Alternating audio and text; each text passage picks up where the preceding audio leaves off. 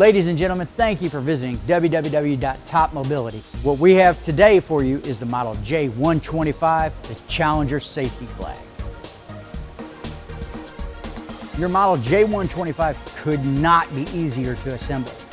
Upon removing it from the box, you'll notice you'll have 3 metal rods and 2 threaded knuckles. Whenever you assemble it, just line it up and thread it in, twist lock it in. And then the top piece, if you'll notice, has a hole on the very top. This is for your safety flag. But the threaded end will go into the knuckle.